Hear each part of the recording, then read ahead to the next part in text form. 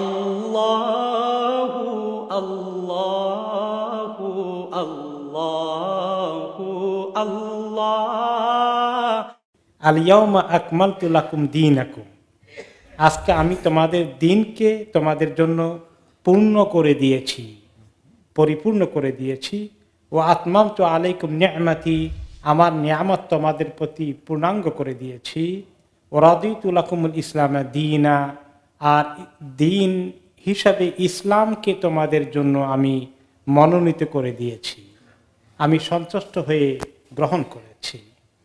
ফামানিত্তুর রাফি মাখমাসাতিন গায়রা মুতাজানিফিন লিইসমিন, কেউ যদি বাধ্য হয়ে যায় ক্ষুধার কারণে গুনাহ না করে কিছু হারাম খাদ্য খেয়ে নিতে, ফাইন্নাল্লাহা গাফুরুর রহিম, নিশ্চয়ই আল্লাহ তাআলা তাকে তিনি অনেক ক্ষমা করেন এবং মাফ করে দেন।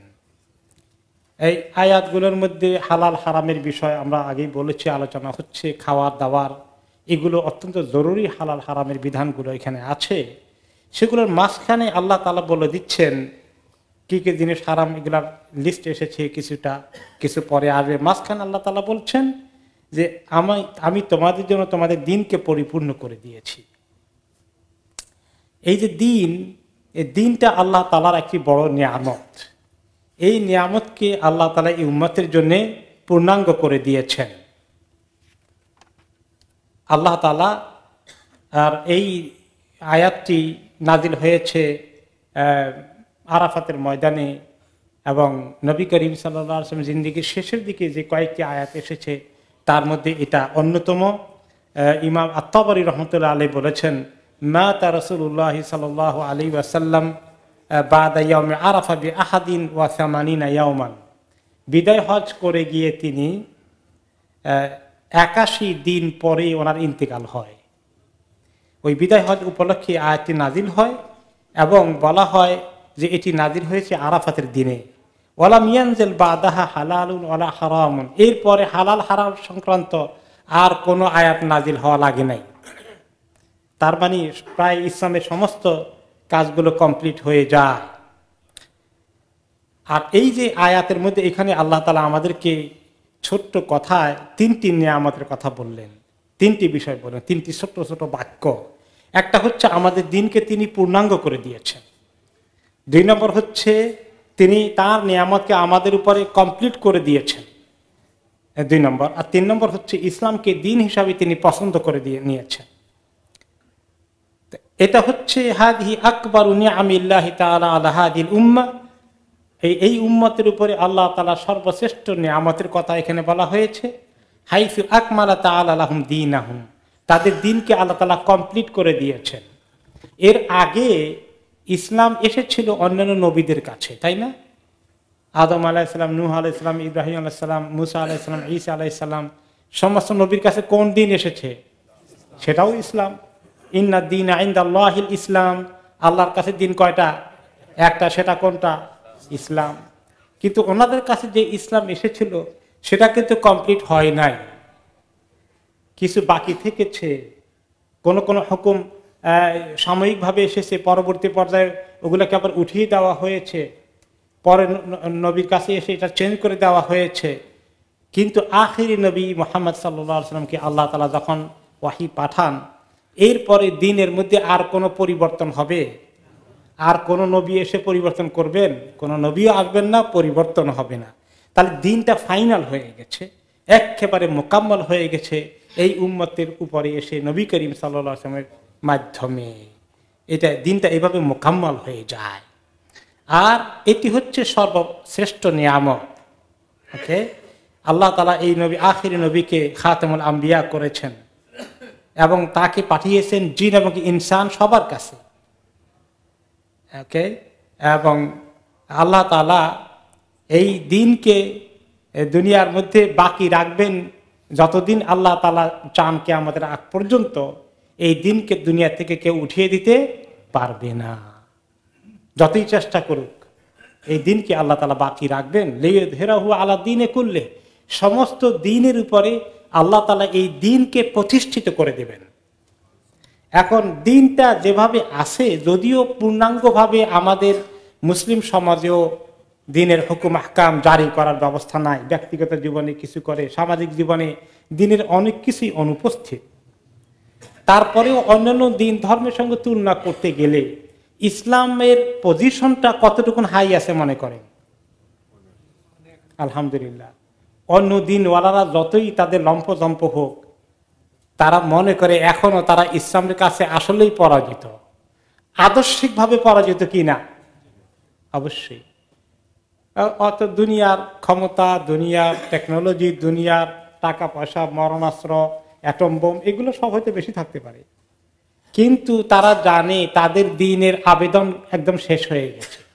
তাদের দিন তাদের লোকেরা কোনো গুরুত্বই দিচ্ছে না। তাদের ধর্ম ঘরের ঘরগুলো, ইবাদত খানাগুলো কি হয়ে যাচ্ছে? বিরান হয়ে যাচ্ছে। কিন্তু আল্লাহ তাআলা এখনো দিন ইসলামের যে ইবাদত খানা, মসজিদ, সেগুলোকে আল্লাহ তাআলা মোটামুটি এখনো কি রেখেছেন? তাজা রেখেছেন, এখনো সরগরম আল্লাহর রহমতে। এই জন্যই তো এই দিনের বিরুদ্ধে এত হিংসা আর দুশ্মনী, ঠিক কিনা? তো আল্লাহ তাআলা যে কথা বলেছেন লিইয়ুযহিরাহু, এটাকে জাহির করে দিবেন, এটাকে প্রতিষ্ঠিত করে দিবেন, সবার উপরে এই দিনের পজিশন থাকবে, তা আছে কিনা? আছে। আমাদের কপাল পোড়া, আমরা আমল কম করি, আমরা বদকিসমত, আমরা দিনকে ছেড়ে দিলাম, এই জন্য দুনিয়ার মধ্যে নাজেহাল হচ্ছি। দুনিয়ার মধ্যে আমরা আজকে আমাদের যে পজিশন থাকার কথা ছিল হারিয়ে ফেলেছি। এটা আমাদের আমলের দুর্গতির কারণে। কিন্তু আল্লাহর দিন এখনো সমস্ত দিনের সামনে কি গালেব হয়ে আছে, জাহির হয়ে আছে। এখনো তার এই আদর্শিক স্বীকৃতি অন্যরা দিতে বাধ্য, সেটাকে উড়িয়ে দেওয়ার ক্ষমতা তাদের নাই। যতই অপপ্রচার করুক, এখনো আল্লাহ তাআলা এই দিনকে কায়েম রেখেছেন, এই অন্তত আদর্শিকভাবে প্রতিষ্ঠিত হয়ে আছে। তো আল্লাহ তাআলা এই উম্মতকে এই ফেভার করেছেন। তারপরে আল্লাহ তাআলা বলছেন যে আমি তোমাদের জন্য দিন ইসলামকে সন্তুষ্ট হয়ে গিয়েছি, কবুল করে নিয়েছি, পছন্দ করে নিয়েছি। ইসলাম তোমাদের দিন, এটাই আমার কাছে একমাত্র পছন্দের দিন। তো আল্লাহর পছন্দের দিনটা আমাদেরকে আল্লাহ বরাদ্দ করে দিলেন, আর বাকিরা আল্লাহর পছন্দের দিনটাকে হারিয়ে ফেললো, মিস করে ফেললো, লুজ করে ফেললো। তো কত সৌভাগ্যবান আমরা, অনেক সৌভাগ্যের অধিকারী আলহামদুলিল্লাহ। দুনিয়ার অনেক কিছু যদি পেয়ে যায় আর দিনটা হারিয়ে যায়, আমার কাছে না থাকে, তাহলে আমি সবচেয়ে বড় দুর্ভাগা, ঠিক কিনা? আর যখন দিন থাকে আমি অন্য কিছু, দুনিয়ার অনেক কিছু মিস করি, আমার অভাব অনটন অনেক কিছু থাকে, কিন্তু আল্লাহর দিনকে ধরে রাখতে পেরেছি, তাহলে আমি সবচেয়ে বড় নিয়ামত আমার হাতে আছে। কষ্টে থাকলেও, অর্থনৈতিক দুঃখ কষ্ট থাকলেও, শারীরিক কষ্ট থাকলেও আসল নিয়ামতকে আমি মিস করিনি। আল্লাহ তাআলা খুশি হয়ে আছেন দিন নিয়ে, আমাদেরকে দিন ইসলাম দিয়ে, এটাকে পছন্দ করেছেন। আমরা দিন যেটা আমরা গ্রহণ করেছি, তিনি খুশি হয়েছেন। আমরা কদ্দুর খুশি হয়েছি ইসলামকে পেয়ে? আলহামদুলিল্লাহ, আমরা তো খুশি হয়েছি। মুসলিম উম্মাহকে সবাইকে জিজ্ঞাসা করেন, তুমি দিন ইসলামে খুশি আছো? অনেক মুসলমান বলবে, আরে দূর, এই দিন নিয়ে মুশকিলে আছি, এই দিন দেন, উঠাই দেন, দেশ থেকে সরাই দেন। এই দিন থেকে যত দূরে সরে আসি, তত আমাদের অন্যরা খুব বেশি আদর করবে, মায়া করবে, তাড়াতাড়ি দিন থেকে দিন ফালাই দেয়, তাহলে তারা আমাদেরকে বেশি আপন মনে করবে। এই প্রতিযোগিতায় মুসলমানরা নামছে নাকি নামেনি? নেমে গিয়েছে। মুসলিম দেশগুলো থেকে কিভাবে দিন সরানো যায়, কিভাবে সিলেবাস থেকে দিন ইসলামী শিক্ষা উঠিয়ে দেওয়া যায়, কিভাবে মসজিদ মাদ্রাসার ওয়াজ মাহফিল, তাফসির মাহফিল বন্ধ করে দেওয়া যায়, কিভাবে দিনের প্রতিষ্ঠানগুলোকে এক গলা চিপে ধরা যায়, এগুলো চেষ্টা চলছে কিনা? হায় রে মুসলিম উম্মাহ দুর্ভাগা। আল্লাহ তাদের জন্য যে দিন দিয়ে সন্তুষ্ট হলো, তারা এই দিন পেয়ে অসন্তুষ্ট হয়ে গেল মনে হয় যেন। তারা মুসলিম এই কথা পরিচয় তারা দিতে চায় না, বলে যে না, আমি এগুলাতে নাই, আমি খুব আধুনিক মানুষ, আমি খুব মডার্ন, আমি খুব প্রোগ্রেসিভ। এইরকম একটা ধারণা মুসলমানদের মধ্যে, একটা বিরাট সংখ্যক লোকের মধ্যে ছড়িয়ে পড়েছে। তারা আল্লাহ তাআলা দিনকে পেয়ে খুশি হতে পারলো না, সন্তুষ্ট হতে পারলো না। তাদের মনে দিনের ব্যাপারে মহব্বত আছে না বিদ্বেষ, ঘৃণা? বিদ্বেষ এবং ঘৃণা। রাত দিন চিন্তা করে কিভাবে দিনকে সরিয়ে দেওয়া যায়, এই চিন্তায় তারা আছে। দুর্ভাগা। তাদের জন্য কোনো খুশির খবর নেই। হ্যাঁ, আল্লাহ তাআলা এই জন্য যেই ব্যক্তি খুশি হয়ে যায় এই দিন পেয়ে, তার জন্য সুসংবাদ। এবং খুশি আমরা হয়ে গেছি, সকাল সন্ধ্যার জন্য আল্লাহকে বলি যে আল্লাহ আমি খুশি হয়ে গেছি, তার জন্য সকালের তাসবির মধ্যে, জিকিরের মধ্যে আর বিকালের জিকিরের মধ্যে এই জিকিরটা আছে। এই আয়াতের আলোকে রাদিতু বিল্লাহি রাব্বা ওয়া বিল ইসলামি দীনা ওয়া বি মুহাম্মাদিন সাল্লাল্লাহু আলাইহি ওয়াসাল্লাম নাবিয়্যা অথবা নাবিয়্যা ওয়া রাসূলা। এই সকালে 3 বার, সন্ধ্যায় 3 বার নবী করিম সাল্লাল্লাহু আলাইহি ওয়াসাল্লাম এই জিকিরটি করতেন, সান্ধ্যকালীন জিকির এবং সকালের জিকিরের মধ্যে 3 বার করে আমরা আল্লাহর কাছে শুকরানা আদায় করি যে আল্লাহ আপনাকে রব হিসাবে জানতে পেরে, মানতে পেরে, কবুল করে আমি খুব খুশি, আপনি যে আমাকে তৌফিক দিয়েছেন। আর ইসলামকে আমাকে দিন হিসাবে আপনি আমাকে মুসলিম বানিয়ে দিয়েছেন আল্লাহ, আমি এর জন্য কত খুশি। আর মুহাম্মদ সাল্লাল্লাহু আলাইহি ওয়াসাল্লাম যে আমার নবী, এই নবুয়তের স্বীকৃতি আমি দিয়েছি, ঈমান এনেছি আল্লাহ, তার জন্য আমি খুশি। আর এই 3টি প্রশ্নই করা হবে কোথায়? কবরের মধ্যে। মান রব্বুকা, তোমার রবকে। আমি যদি আগে থেকেই বলে থাকি এবং স্বীকার করি এবং মানি রাদিতু বিল্লাহি রাব্বা, আমাকে আল্লাহ তৌফিক দিবেন যে আল্লাহ আমার রব হচ্ছেন আল্লাহ, রব্বি আল্লাহ। ওয়া মা দীনুকা, তোমার দিন কি?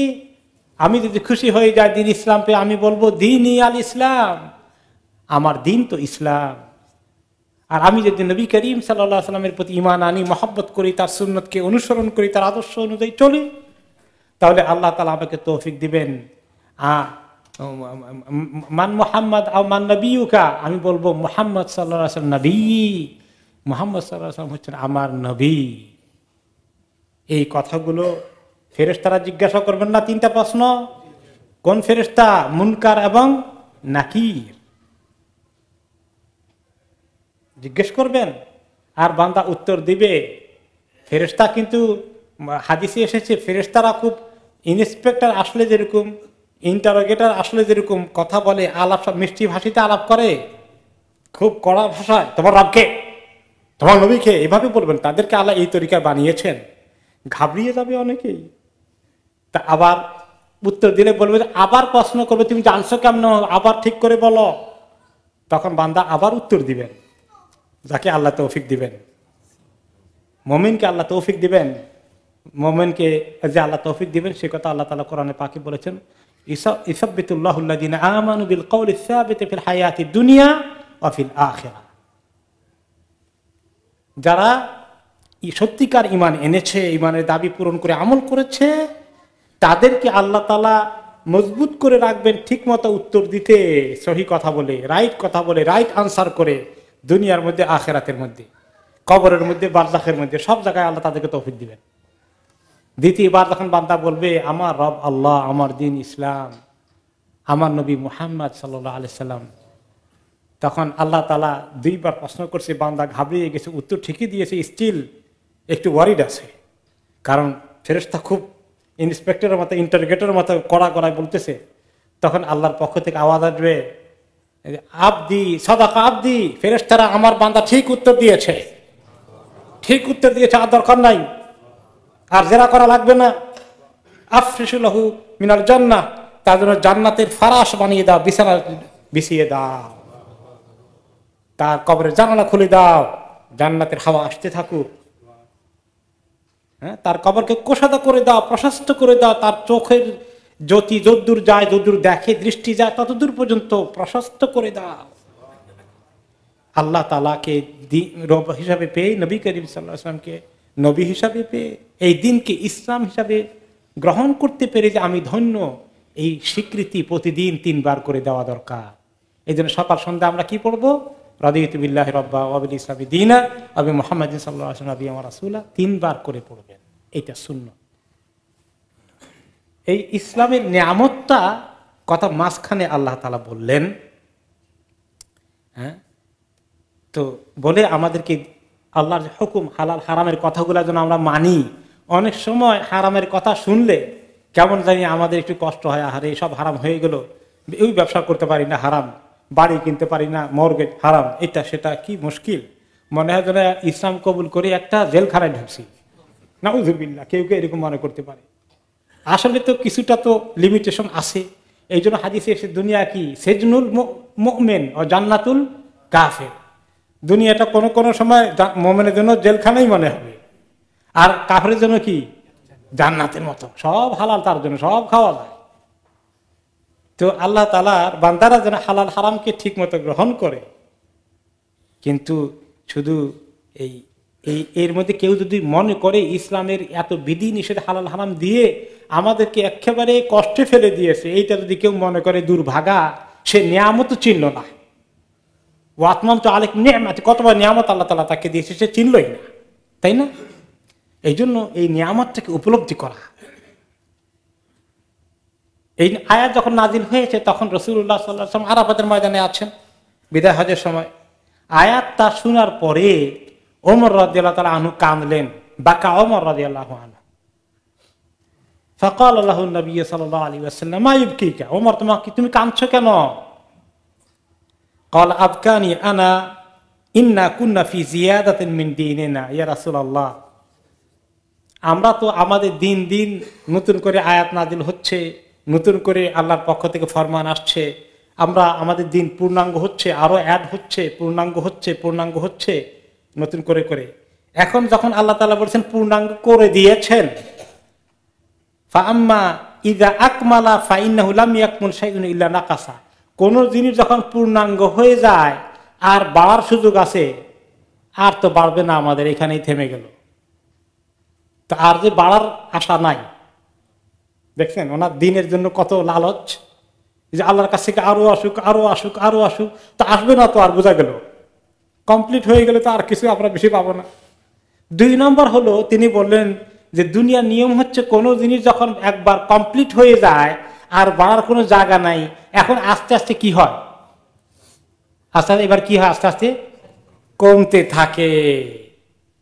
কোন জিনিস যখন পূর্ণাঙ্গ হয়ে যায় তখন আস্তে আস্তে কমতে থাকে। মানুষ বাচ্চা যখন বড় হয়, বড় হতে কি খুশি লাগে, ও জওয়ান হয়ে যুবক হয়ে গেছে, কি খুশি লাগে, পূর্ণাঙ্গ হয়ে গেছে, বিয়ে শাদী করছে, বাচ্চা কাচ্চা হয়েছে, মাশাআল্লাহ 30, 35, 40 পূর্ণাঙ্গ হচ্ছে। এখন আস্তে আস্তে কি বলবেন, কমবে না বাড়বে? এখন কমতে থাকবে। আস্তে করে চুল পাকা শুরু করেছে, আস্তে করে দাঁত পড়া নড়াচড়া শুরু করেছে, আস্তে করে চোখের চশমা লাগা শুরু হয়েছে। 10 বছর আগে তো আমার চশমা দেখেন নেই বোধ, আপনারা দেখছেন না, এই শুরু হয়ে গেল, এখন কমছে। তো দুনিয়ার নিয়ম, কোন জিনিস যখন বাড়ে তখন কালি কমে, ইয়া রাসূলুল্লাহ আমার আশঙ্কা এখন তো কমার দিকে আসবে। উনি গভীরভাবে চিন্তা করলেন। ফাকাল সাল্লাল্লাহু আলাইহি ওয়াসাল্লাম সাদাকতা, ওনার উত্তর শুনে নবী করিম সাল্লাল্লাহু আলাইহি ওয়াসাল্লাম বলেন, ঠিকই বলেছ ওমর। এখন কেউ কেউ বলবেন তাহলে দিন কি কমবে নাকি, কোরআন কি কদর কমে যাবে? না, হাদিসও কমবে না, সব তো ঠিকই আছে, কিয়ামত পর্যন্ত আল্লাহ তাআলা বাকি রাখবেন। তাহলে কমবে কি? তার মানে দিন তো থিওরি হিসাবে কোরআন হাদিসে ঠিকই আছে, মোকাম্মাল, আকমালতু লাকুম দীনাকুম, এই কোনো ইনফরমেশন কমবে না। কিন্তু কমবে কোন জায়গায়? আমাদের জীবনে, মানুষের জীবনে।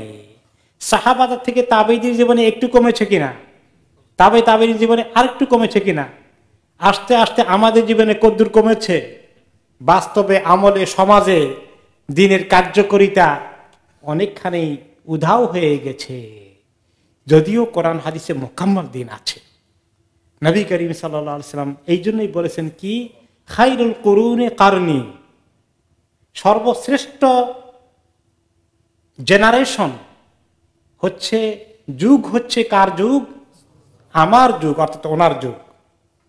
তারপরে যুগ কোনটা? সুম্মাল্লাযীনা ইয়ালুনাহুম, এরপরে ওনার পরে যে যুগটা আসবে, জেনারেশন 2 নম্বরের লেভেলে চলে আসবে, সুম্মাল্লাযীনা ইয়ালুনাহুম, এরপরে তারপরের জেনারেশন।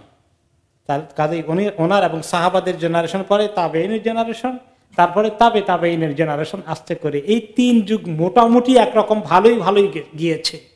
তারপর থেকেই অধঃপতনটা দ্রুত গতিতে শুরু হয়েছে। আস্তে আস্তে এমন অবস্থা হয়ে যাবে, তিনি নিজেই ভবিষ্যৎবাণী করেছেন একটা হাদিসের মধ্যে, যে দিনের আমল, দিনের বাস্তবায়ন মানুষের জীবনে, সমাজের জীবনে কিভাবে উঠে যাবে, কিভাবে কমে যাবে, তার একটা সুন্দর হাদিস তিনি সে ব্যাপারে রেখে গিয়েছেন। সেটা কি? ইন্নাল ইসলামা বাদাআ গারিবান ওয়া সায়াউদু গারিবান কামা বাদাআ ফাতুবা লিল গুরাবা। যে ইসলাম এসেছে সমাজের মধ্যে একটা অপরিচিত, অগ্রহণযোগ্য, বেখাপ্পা, সমাজের সঙ্গে মিলে না, এইরকম একটা মনে হয়েছে ইসলামকে প্রথম দিকে। মক্কার সমাজে যখন প্রথম দিকে ইসলাম আসে, ইসলামটা মক্কার সমাজের সঙ্গে মিলছে, মিলেনি। তাদের কাছে কেমন লেগেছে? পরিপূর্ণ উল্টা পাল্টা দেখি সব, সমাজের মানুষের কাছে বেখাপ্পা মনে হয়েছে। তারপরে কি হয়েছে?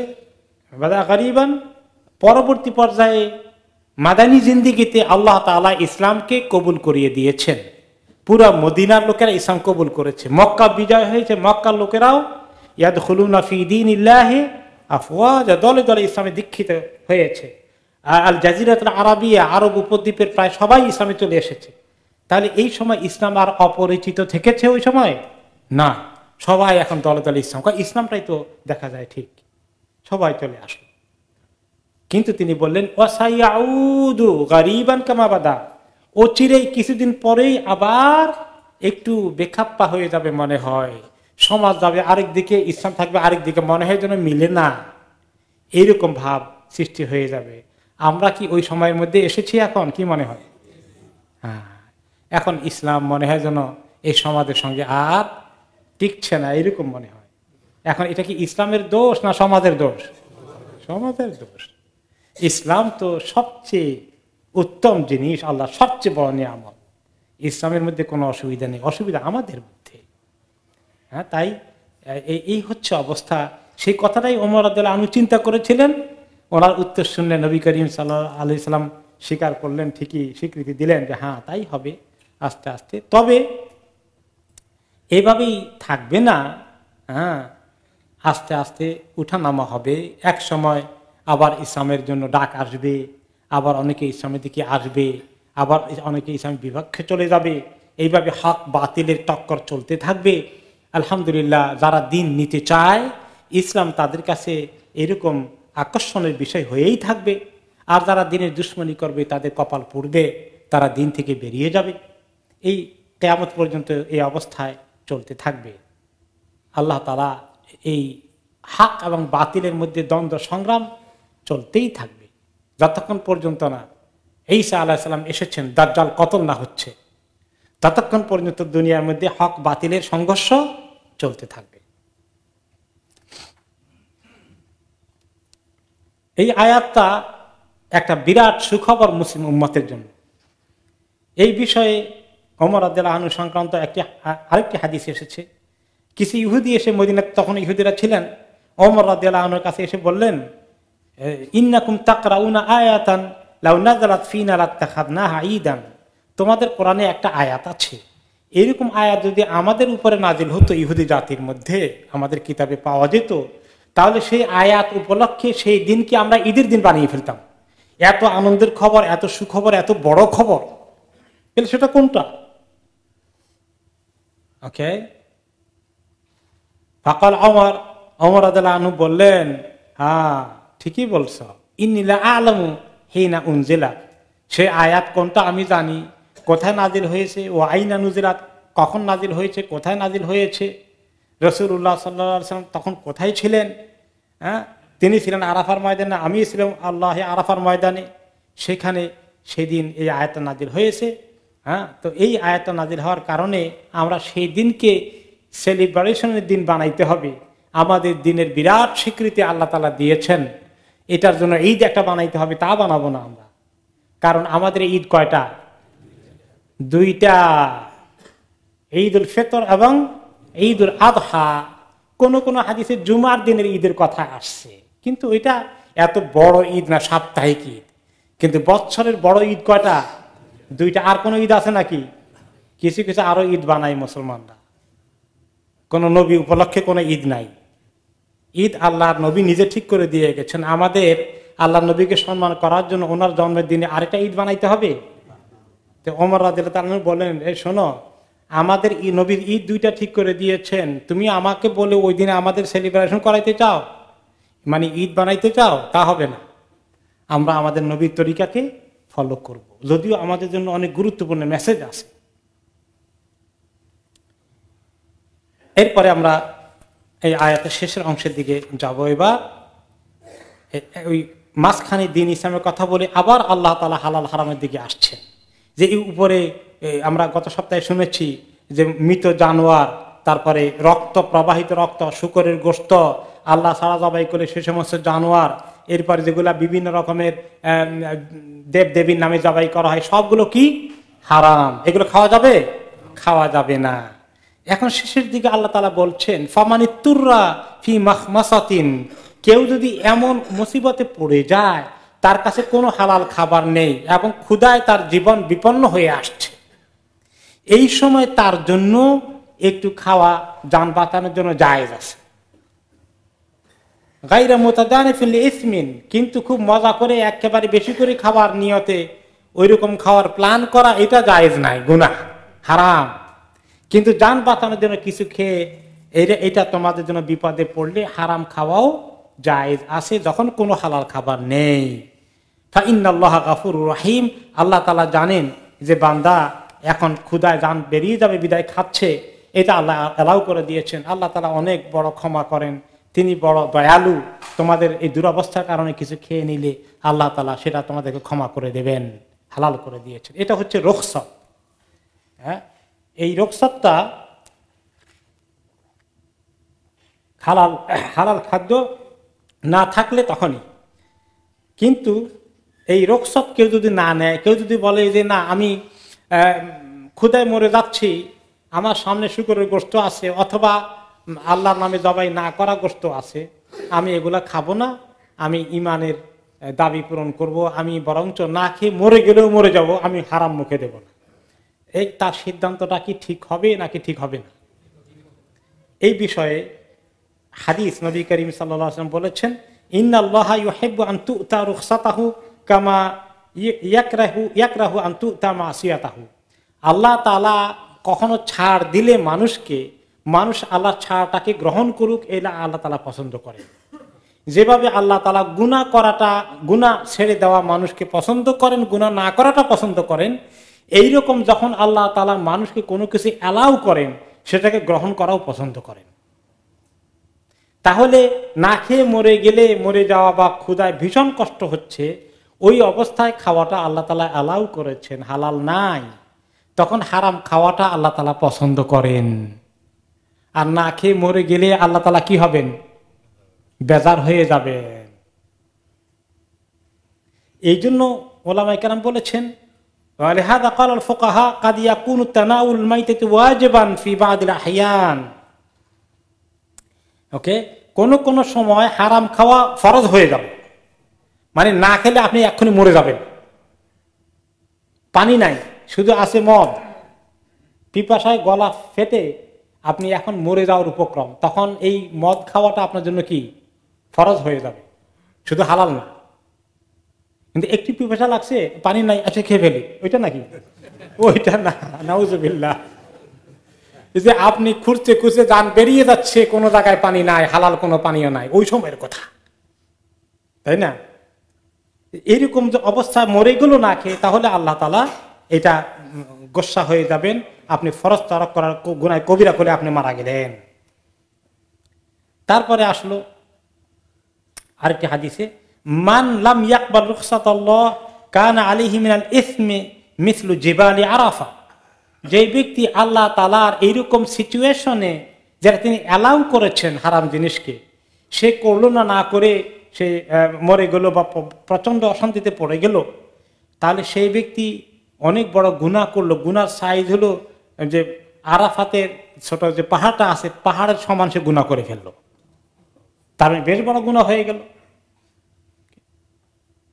তো এখন হলো যে কোন সময় এরকম খাওয়া ফরজ হয়ে পড়ে। তবে এখন মনে করে যে ক্ষুধা লেগেছে, বেশ কষ্ট হচ্ছে, আপনার আশা আছে যে আজকে রাত্রে কাটাই দিলে কালকে নাগাদ খাবার আসবে, ক্ষুধায় বেশ কষ্ট হয়েছে, ছটফট করছেন, কিন্তু কালকে খাবার আসবে, আপনি মরে যাবেন না, এদূর মনে হচ্ছে, তখন খাওয়াটা ফরজ না, তখন খাওয়াটা ফরজ না, কিন্তু খুব কষ্ট হচ্ছে, তাহলে তখন খাওয়াটা ভালো বা অ্যালাউড আছে। তাহলে একটা লেভেল আছে, এটা বুঝলেন তো? যখন না খেলে মরে যাবেন তখন খাওয়াটা ফরজ। মরবেন না, কষ্ট হচ্ছে, বেশি কষ্ট হচ্ছে, কিন্তু আশা আছে আসবে, খাইতে পারেন, কারণ বেশি কষ্ট হচ্ছে বান্দার, আল্লাহ অ্যালাউ করেছেন, কিন্তু মরবেন না, তাহলে এই সময় আপনি খেতে পারেন, না খেলে গুনাহ হবে না, কারণ কালকে সকালে খাবার আসতেছে, আপনি সবর করেছেন। তো এই জন্য দেখতে হবে যে প্রতিটি লেভেল অনুযায়ী। আর যখন দেখা গেল যে শুধু ভাত আছে আর আছে হারাম গোশত, ক্ষুধাও খুব লেগেছে, এখন কি করা যায়? এখন কি খাবেন? কর, শুধু ভাত খাবেন, খালি ভাত খাবেন, এখন কি একটু ঝোল নিবেন নাকি? হারাম ঝোল নেওয়া যাবে না, কারণ জান বাঁচবে, ভাত খাইলে জান বাঁচবে, গোশত না খালি জান বাঁচবে না, ঝোল না খালি জান বাঁচবে না। তাহলে এখানে খেতে পারবেন না, দেখতে হবে আপনাকে। তারপরে হারাম খেতে পারছেন, কতগুলো খাবেন? এতগুলা অল্প, একটু অল্প করে। কত অল্প? কেউ কেউ বলছি যে কোন রকমের জানটা বাঁচে, এখন কদ্দুর খাইলে জান বাঁচবে, বাঁচবে, এটারে মাপবে কেমনি আবার? তো বলছি এত মাপামাপির দরকার নাই, মোটামুটি আন্দাজ করে যা খায় তার চেয়ে কিছু কম খাবে, একদম তৃপ্তি সহকারে যেভাবে খায় ওইরকম খাবে। এটা নিয়ে অনেক ইখতিলাফ ফুকাহে কাম করেছে, আমি একটু আপনাদেরকে সারমর্ম দিলে আমার কি সামারি দিই। সালমা ডিজাইনার আবায়া হাউস। আমাদের রয়েছে আকর্ষণীয় ডিজাইনের দুবাই, সৌদি, ইন্ডিয়ান ও ইরানিয়ান আবায়া সহ কাফতান ও ওপেন আবায়ার বিশাল সমাহার। পুরুষদের জন্য হারামাইন তোবে রয়েছে 2 for 20 পাউন্ডের বিশেষ অফার। আরও রয়েছে দুরুজ, আসিল, দাফা সহ বিভিন্ন ব্র্যান্ডের তোপ। এছাড়াও ওয়েস্ট কোট, সব রকমের ইসলামী বই, Medina dates, rechargeable torch light, আতর ও পারফিউম সহ অন্যান্য পণ্য সামগ্রীতেও রয়েছে big discount sale. Salma designer আবায়া house, 118 Whitechapel Road, London E11JE। আপনাদের অতি পরিচিত আলমানার ও আলবারাকা ইসলামিক শপ এখন নতুন সাজে। দুবাই, সৌদি আরব ও মিশর সহ মধ্যপ্রাচ্যের বিভিন্ন দেশ হতে বাছাইকৃত ইসলামিক পণ্য সামগ্রী পাবেন এখানে। আরও পাচ্ছেন পুরুষ, মহিলা ও বাচ্চাদের ইসলামিক পোশাক, পারফিউম, সিডি, ডিভিডি ও গিফট আইটেম সহ সব ধরনের ইসলামিক বই। তাছাড়া হজ ও উমরার যাবতীয় সব পণ্য পাবেন এখানে। আমরা হোলসেল ও রিটেল দুটোই করে থাকি। 86A greenfield road, London E11EJ। Phone 0207377998। আলমানার, সবসময় আধুনিক।